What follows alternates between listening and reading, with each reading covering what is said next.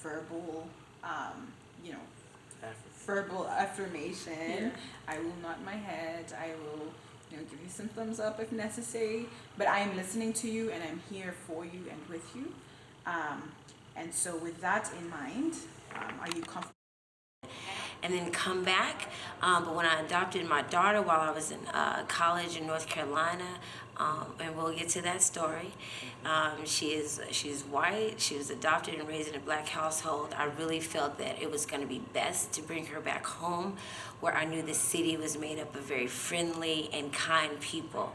And so I simply love my city. Wow, that's nice. That's nice. And where were you, like, how was your early life? Like, where did... These are some loaded questions already, see. Ask me again? How was your early life? Like, how did it... Ooh-wee, I'm already feeling that. Y'all just dive right in. The beginning wasn't very beautiful for me. Oh, wow. There's a lot of tragedy there, but I stand to model for people that no matter what your beginning is, that you can be whatever you say you want to be, regardless of even what people say you should be.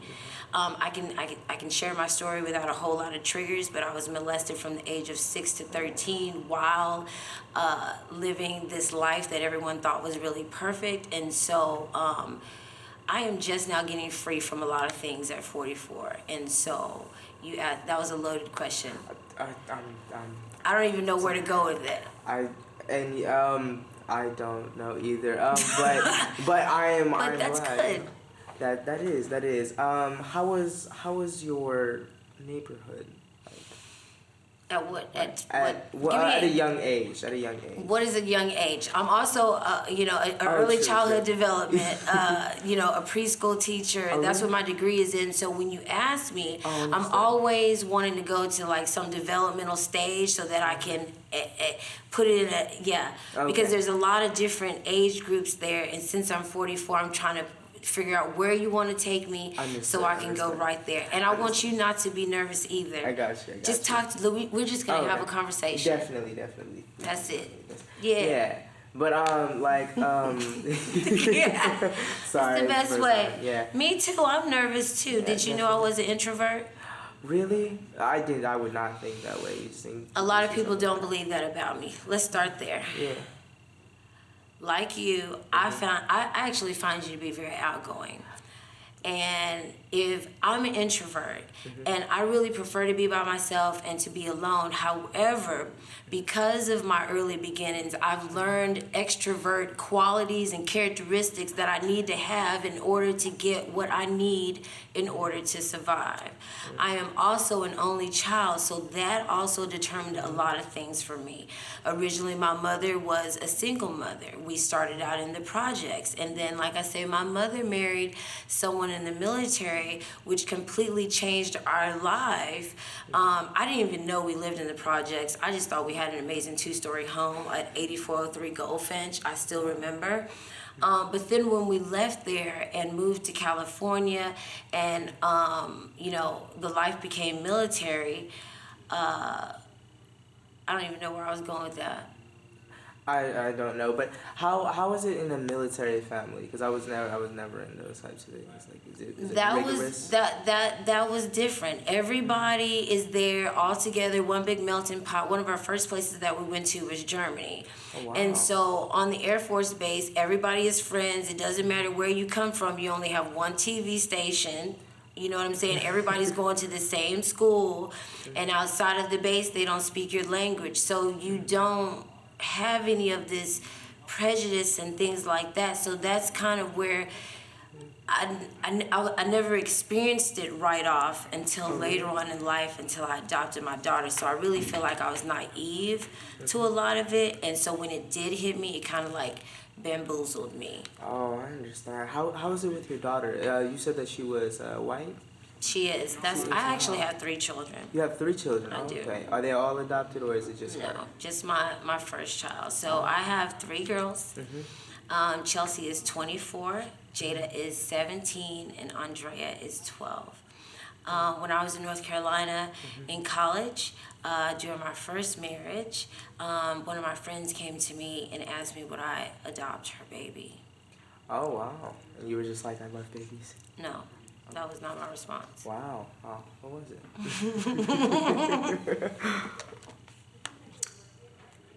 Y'all know y'all can clip and edit this, so y'all just ask me whatever question you want to. Oh, yeah. I was gonna go to the family and then awesome. the races. I think I'll get us back on target with where we.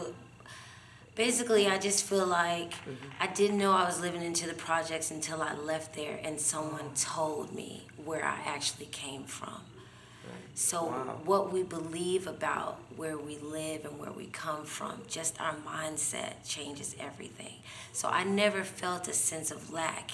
I want to make sure I explain that. Even though I tell you that I came from the projects, I say that simply just to share my story in case someone gets caught up in where you live. Because again, it's not about any of this external stuff. It all comes from the inside. Okay. Right, here we go. How was the so-called enlightenment of that? Like, how was that experience for you when someone was like, oh yeah, you were from the projects? That didn't really bother me. I was already, like I say, I was already going through I was living a life that was a little bit different because at school I was a straight A student, but at home I was something else. Oh, okay. And so at the same time, I was learning how to take care of myself in a world that may not have been so fair. There's never really one perpetrator and there's never really one issue. And so I still had to learn that even though the world wasn't such a nice place sometime, that I could still be the amazing me that God wanted me to be. And so resilience is probably going to be the underlying message that I always share in any part of my story. So I'm just amazing, let me just tell you, okay? So in my 20s in North Carolina, at University of North Carolina, I was working at a preschool while I was going through college. I had just got married. I got married when I was 18 simply because I needed to go to school, and he was a friend of mine and smart enough to know that if he's in the military, if I'm going to travel with you, we need to have some benefits, okay? So I'm pretty smart too, okay, at the same time. While I was there working in a preschool, one of my parents, she was clearly pregnant. She said, I'm going to have a baby. Do you want this baby? I've already went to social services. I don't even know.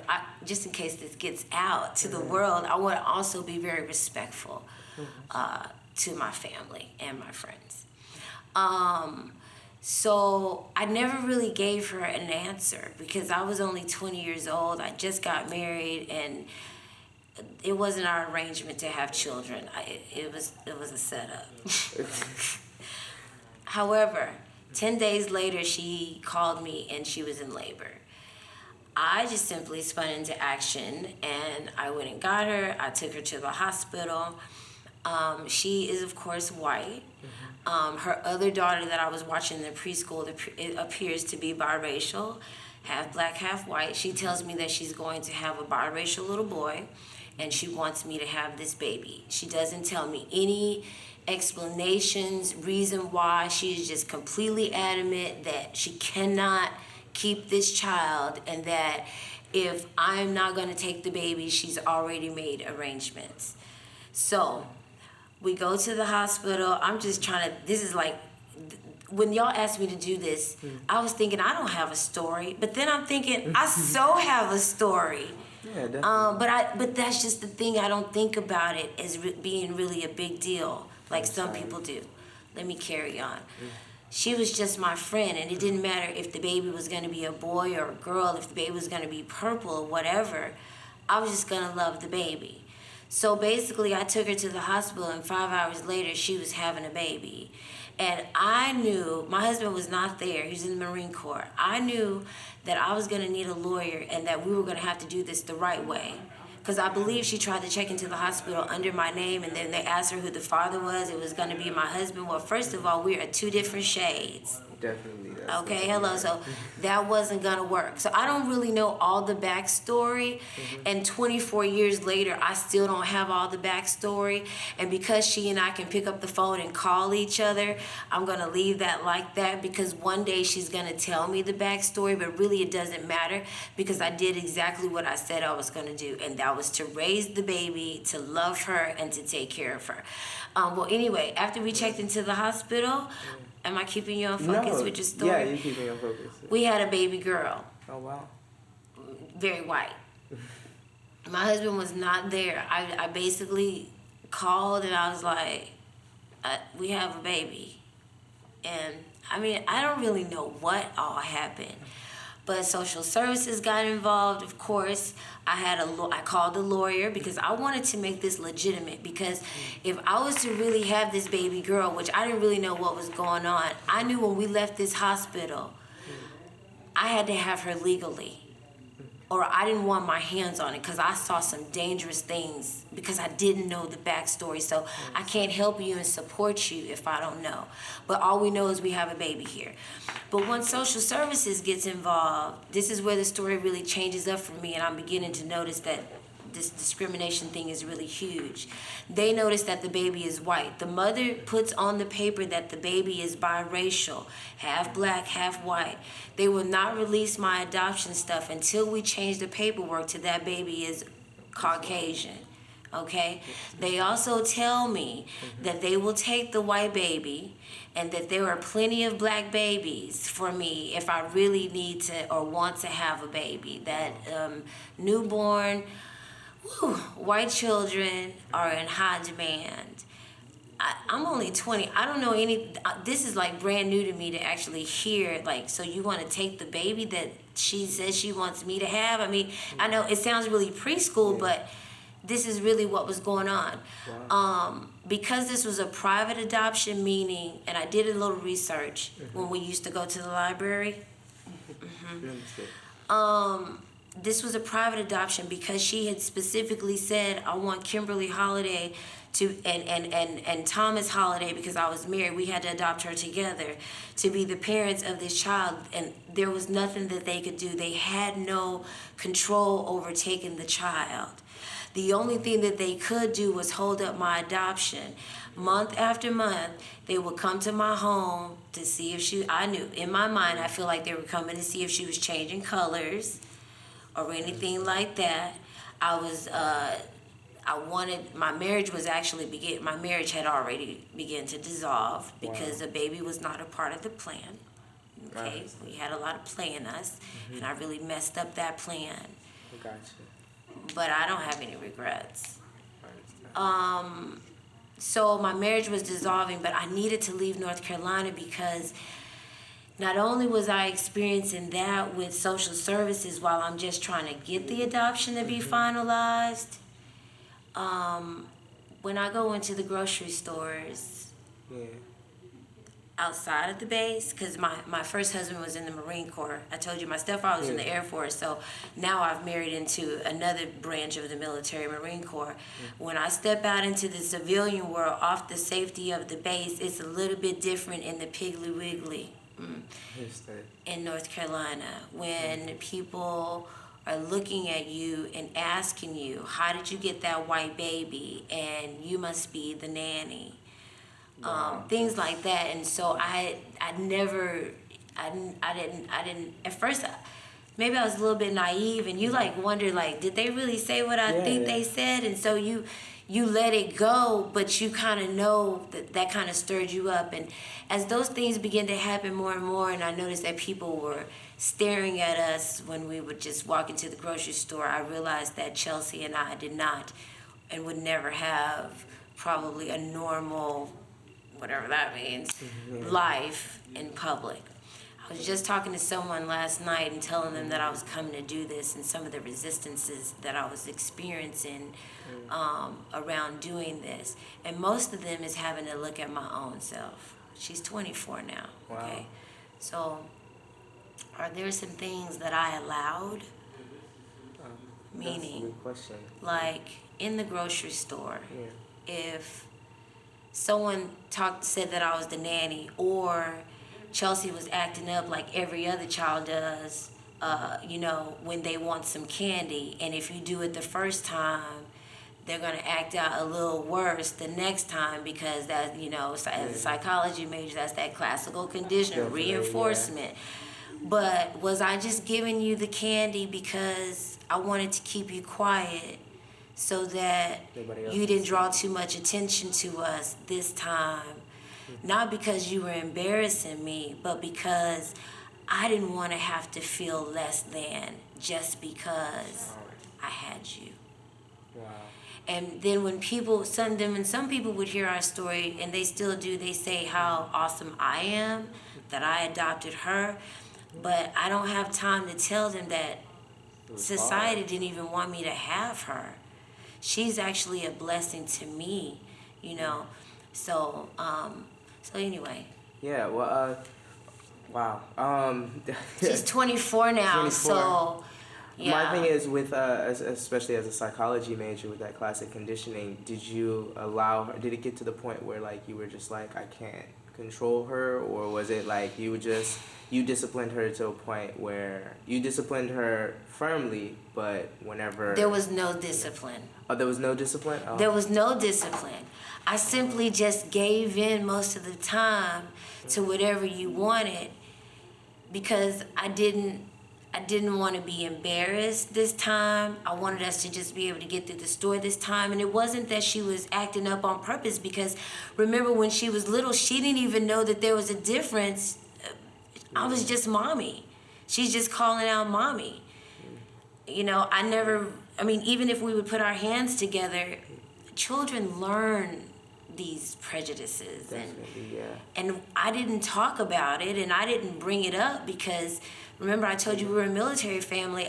All my friends were white, and most people called me the white girl, and they probably still do. They don't think I'm ethnic enough. I understand that feeling. Definitely. And that's a whole nother history project right there. Definitely. But yes, I've wanted to ask Chelsea many times how she feels about some of those occasions. And my other children, let me just say this because you'll probably ask me later. Yeah. My other children are not adopted, and they're fully black. So my other kids never really asked why their sister was white either. Oh, okay.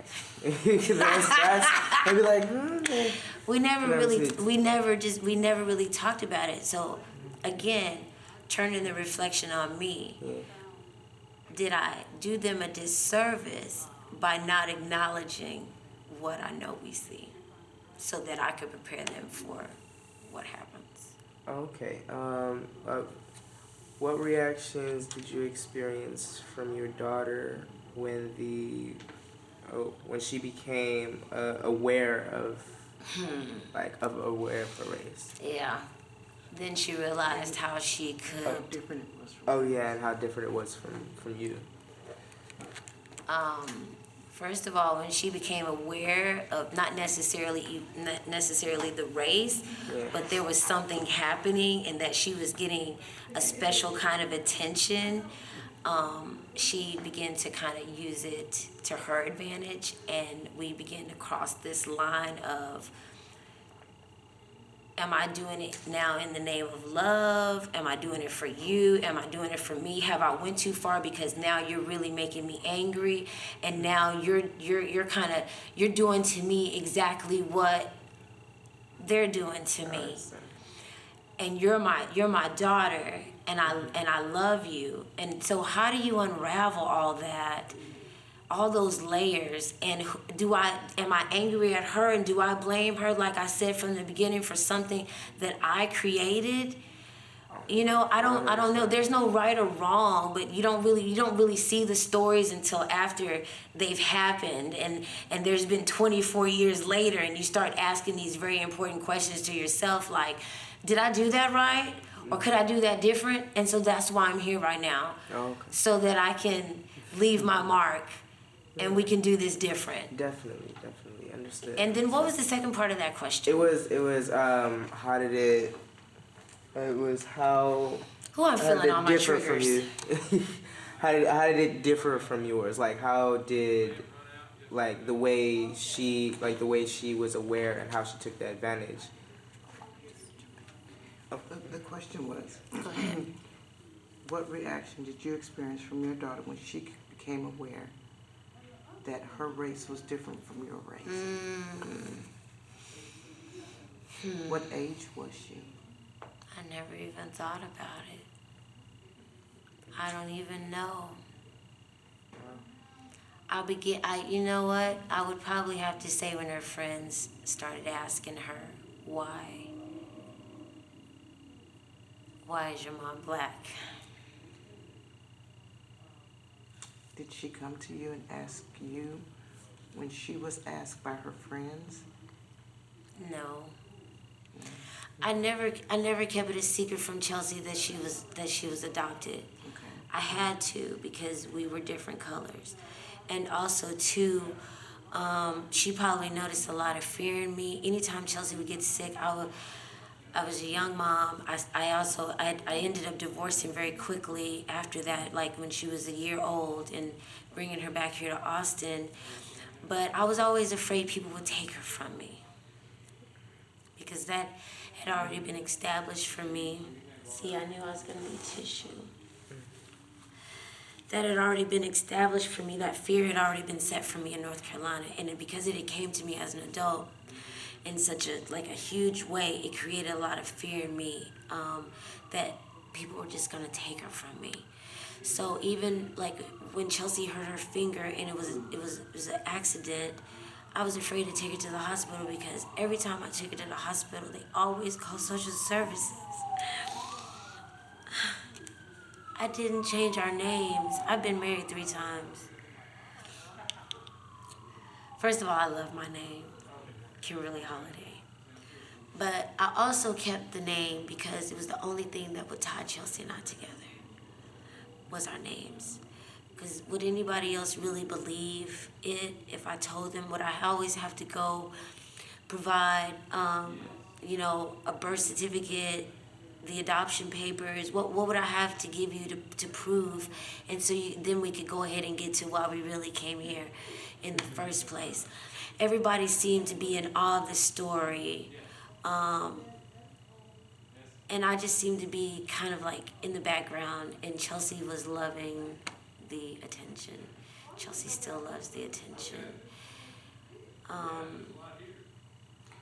Yeah.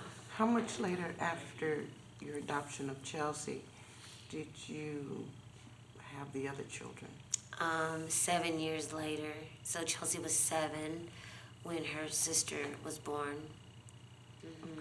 Okay. And during, from the birth of the sister, did you find, or any time, even after the third child came, did you ever find yourself treating Chelsea differently because of her race and how you treated the other girls? No, not because of her race. Okay. Well, I don't know. Let's go there for a second. I say no, not because of her race. But then I really want to say I treated her differently because I never wanted Chelsea to think that because I adopted her, I was treating her differently than other girls. And so I don't know if I did her a service or if I helped her, if I made it worse, because I mean, she's so much like me. Her ego is so big. When Chelsea's in the room, I shrink. I still do.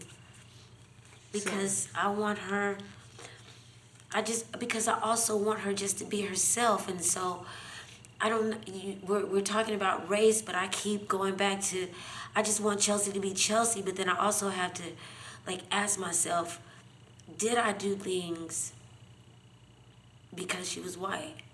And then I have to also ask myself, did I use the fact that she was white sometimes to get into places that I probably knew I couldn't get into? And that because now you think my story is special, that do I have privilege now just because I'm her mother? I may not be able to answer these questions, but these are all good questions just for me to think about, because what we're doing here is opening some stories and healing, and this will continue. So you just brought up a point that I'd like to travel down that lane with you. Oui. Well, you just said that were you offered or were you given invitation to places that you may not would have been invited into had not you had your daughter with you. Can you expand on that? Such as what type of place would you believe maybe because of her being Chelsea that you were actually given access to? The experience and a visual picture that comes up in my head as a photo was when I worked at a cancer center. When they found out that my daughter was white, then all of the doctors would invite me to their private parties.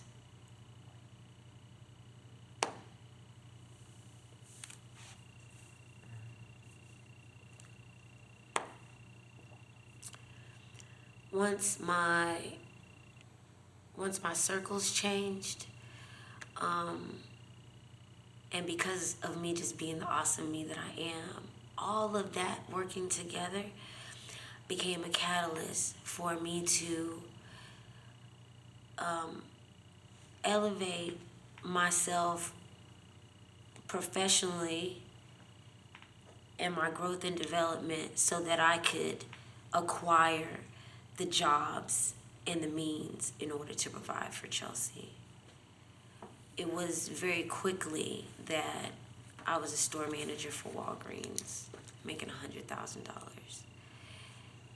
And it didn't take me long to shift.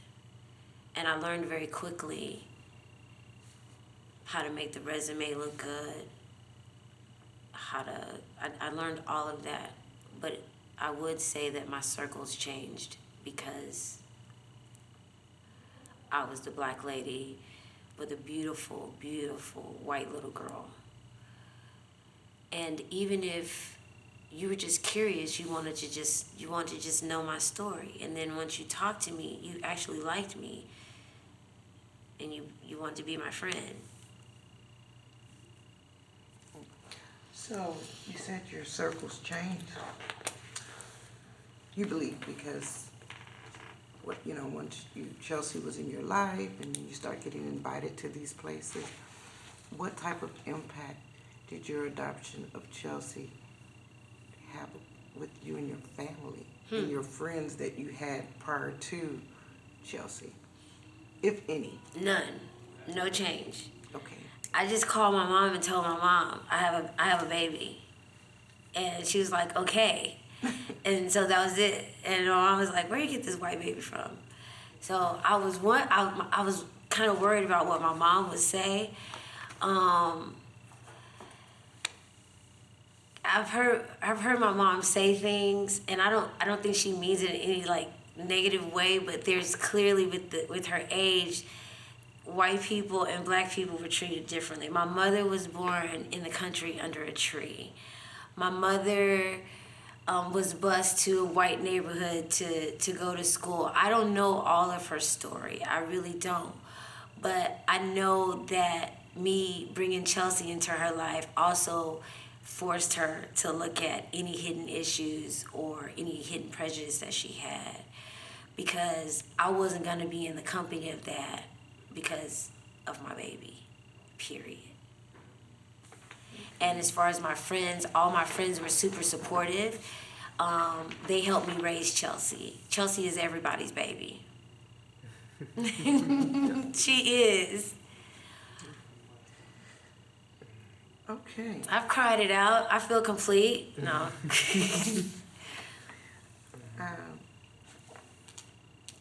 Here. I'm sorry. No, you're fine. I actually go into schools and universities, and I'll share the story. But I guess I've always been real sheltered in my story now that I think about it. I gave them the story that I thought would be cute and pretty, but I never talked about any pain that it brought me. I tried to wrap it up like the movie, like The Blind Side, just package it up real cute. But I never really talked about any hurt or any fears that I felt. Just being able to describe to you how it felt to take her to the hospital and think that every time I needed to take her to go get seen, that there was a possibility that someone was going to take her from me. How can that not condition the way that you parent your child? I mean, I don't know. And then also, many people also assume now that my husband must be white. I mean, they don't think for 1 second that I could have possibly, someone gave you a white baby. And before we go to your question, I was on Oprah when Chelsea was 18 months old. I think the movie Losing Isaiah with Halle Berry had came out, and I think it was about transracial adoption. That's when it really started becoming a big thing, 23 years ago. Was it okay for white people to adopt black children? And that was really all we were seeing. That was the big thing. So then when you have a black person who's getting a white baby, so you know me, I'm amazing me. I keep saying that to stroke myself and make my own self feel good, self-conversation. I decided to just write a letter to the Oprah show and say, hey, I think I have something here. Can you find me other people like me so that I can learn how to be a better parent? Well, I was invited to the show, but there was no other black people that had adopted white babies. So I still never really found that. Again, I found myself in a situation now on national television where you're just in awe of the story, and that's just it. And can you comb her hair and just foolery like that? Wow. Yeah. It is. That some people care about that. It's really that important. I kept oil in her hair to make sure that she never got lice, because it is my understanding that black people do not get lice. I don't know if it's because of the natural oils in our hair, but I raised Chelsea as if there was no color difference. I put oil in her hair. I put her hair in pigtails with the 50,000 barrettes as best I could, and I don't really know how to comb hair, and when it got too tangled, I cut the whole pigtail off. And it looked amazingly cute as Curly Sue. Chelsea is absolutely beautiful, and I look forward to the opportunity when she and I are mature enough together and where my hurts are not so raw to where I can really ask her some of these very questions that you've asked me, because I'm angry with her a lot, because I know for sure that I've been manipulated because she knows how to use the race card. And I allowed it in the beginning, and now I'm angry about it because I don't want to play it. Understood. Having said that, give me an example of how you believe that she's manipulated you because of playing the race card in her favor, or even your race against you, but it would appear that it would still be in her favor. Right. Give me an example, because it seems like almost every time we're in public around anyone except for just us, she knows that if you say something to embarrass me, or you belittle me, or you talk bad about me, I'm probably not going to say anything in front of everybody because I don't want to embarrass you. And because she knows me best, she knows when to say things at certain times. like what? Give me an example of what would she say. And they're not necessarily race things. They're just like, I understand that. Mommy, you're crazy. You overreact. Yeah. How did those insults or those buttons that she pushed, how did other people react to those? Like, how did they react towards you and towards her? Well, other people started to recognize that I wasn't being loved properly by my own. I understand. As in like the race category, did they like try to, be like, that's wrong, or did they just let it happen? No one's ever really said anything. No, I never really talked about it before until today. Oh, wow. Okay. So you don't believe there was a connection, or do you believe that there was a connection between maybe what she was saying at the time? Because you used the word manipulate. Yes. You used the word embarrass. Yes. And you used the word hurt and angry. That's a lot of words. So, descriptive words. So, my question would be, do you believe, and do you believe that race, there was a causal connection between those things that were happening, or just because of y'all's growth in personalities? I want to say race has nothing to do with it, but I would be lying to you. But I think really, like Chelsea really would have to answer that question more, because I really didn't, I still don't think about it. But I believe that she has figured it all out, that she can get things because she's pretty and she has blonde hair and she's tall and she's gorgeous and she can just laugh her way and throw her hair. And usually I'm the one that they love out in public, but when I'm with Chelsea, I just, even on my last birthday, I didn't invite her to my birthday and she showed up at my birthday party. And I kind of, I was like, why are you here? I said, you just asked me, could you carry my purse? And now you're on my party bus. And I watched the video and I saw and I felt how somehow in her presence I still just shrank down. And I don't know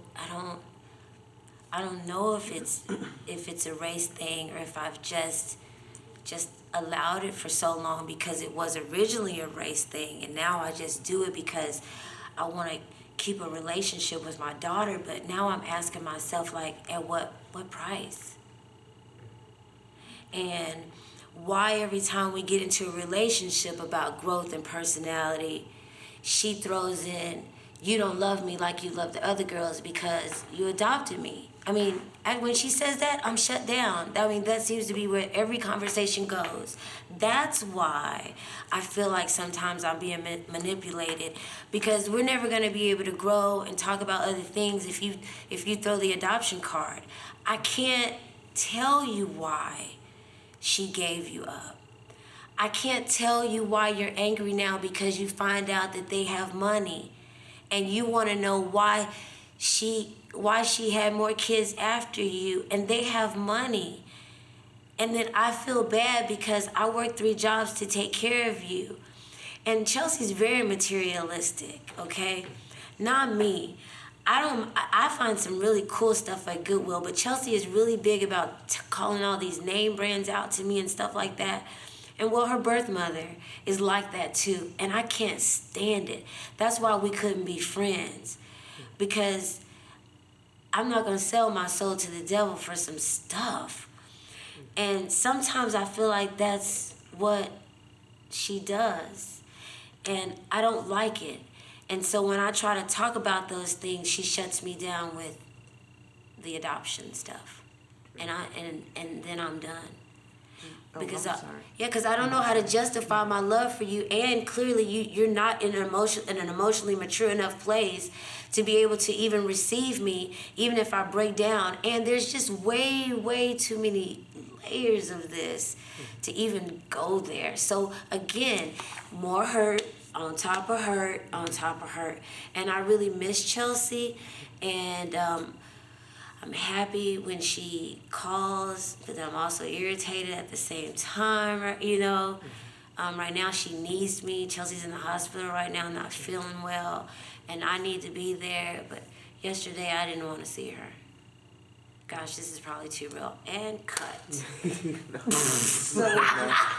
I have to get myself ready for her. Because if she's in the hospital, now you're really going to take it up a notch. Because every time we're in those situations, I already know what's about to happen, because now you brag on the fact to everybody that I'm your mother. You can't wait to tell people that I'm your mother. You can't wait to sometimes get in situations where people would say you act black, and you have a right to, you have a card to, because my mother is black. And I had to tell Chelsea early on, you cannot say the word nigger. Even if you hear our family say it, because they just do. I'm just gonna say they just do. Even like in the hello, in the greeting. You can't do that, because someone's gonna hurt you, and everybody's not gonna know that your mom is black, so you can't say that. That's probably like the only biggest messages of racism I've given her. I probably just like, don't ever do that. Don't call people. Go ahead. I get winded up. No, it wasn't that. I just didn't want to.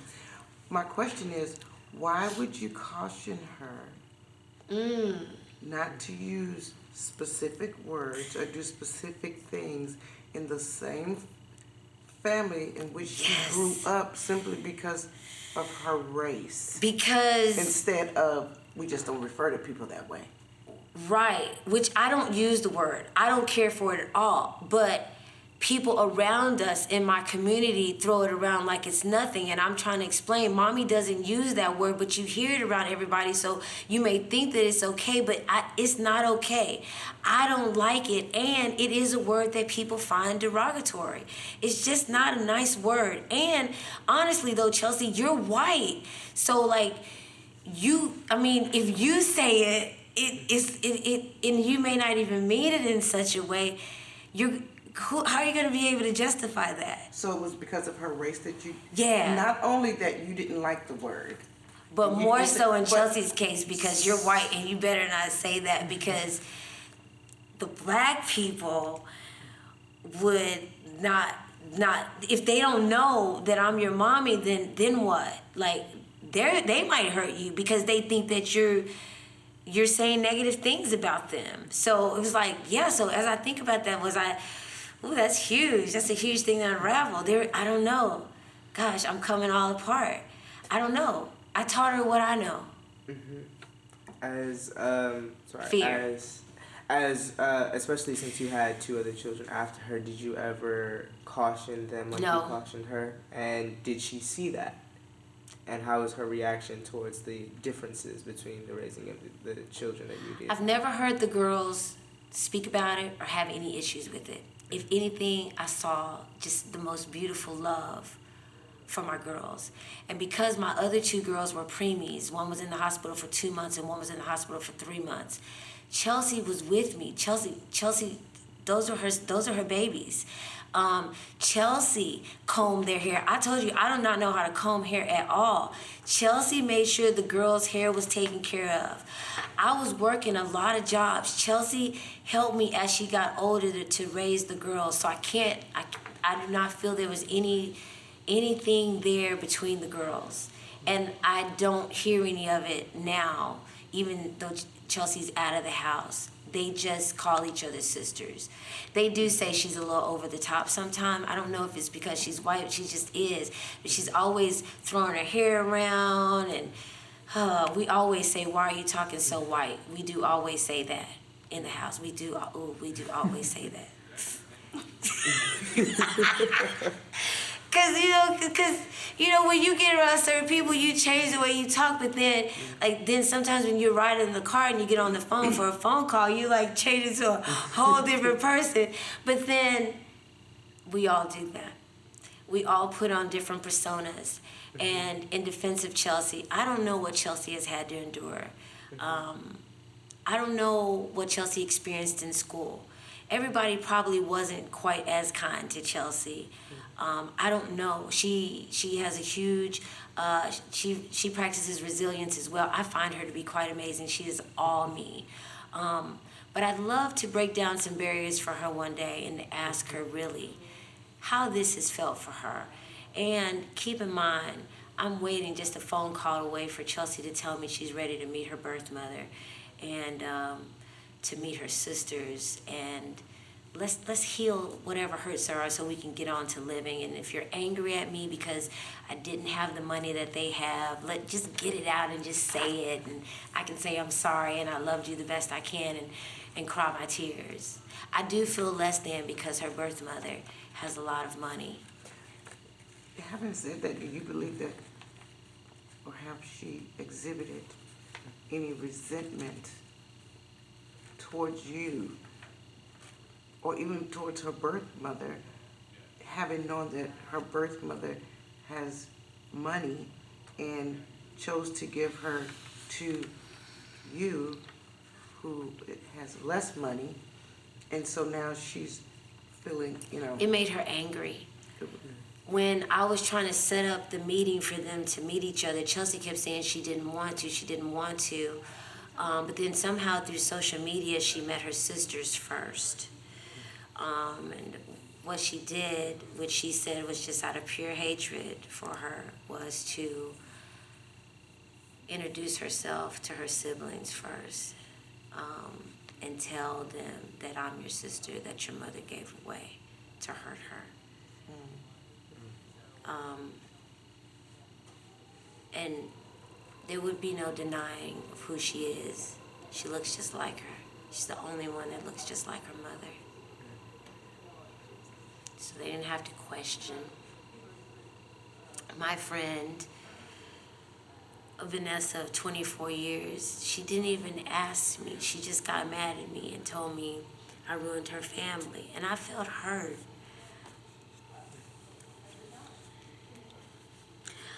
I felt hurt because I did what you asked me to do.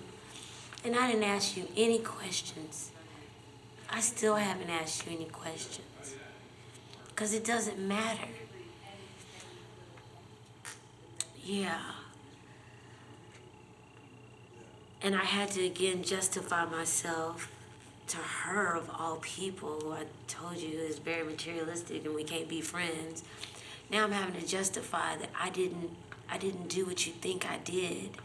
And I'm mad at Chelsea because you knew that they were going to think that about me. You threw me under the bus again, like in the worst way.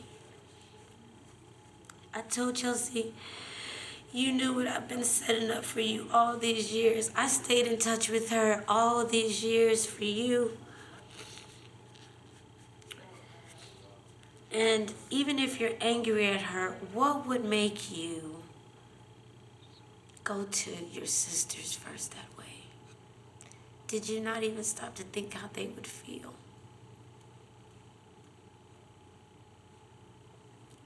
So I find her to be a little selfish sometimes.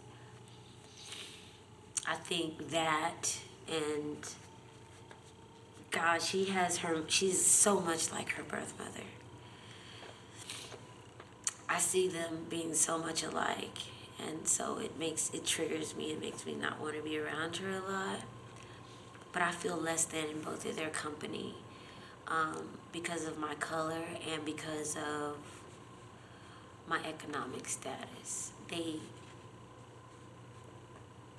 make it very clear that there are differences.